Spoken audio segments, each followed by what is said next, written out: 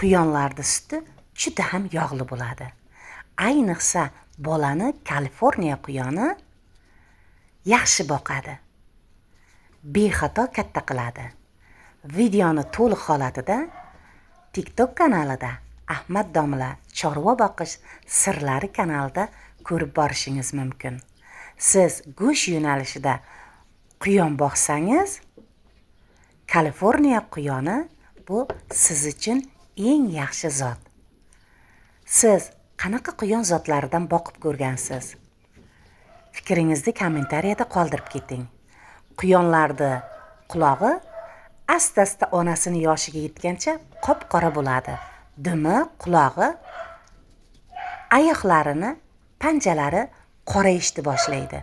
Bozordan olayotganingizda yosh quyonchalarning qulog'i mana bunday ochroq rangda bo'ladi.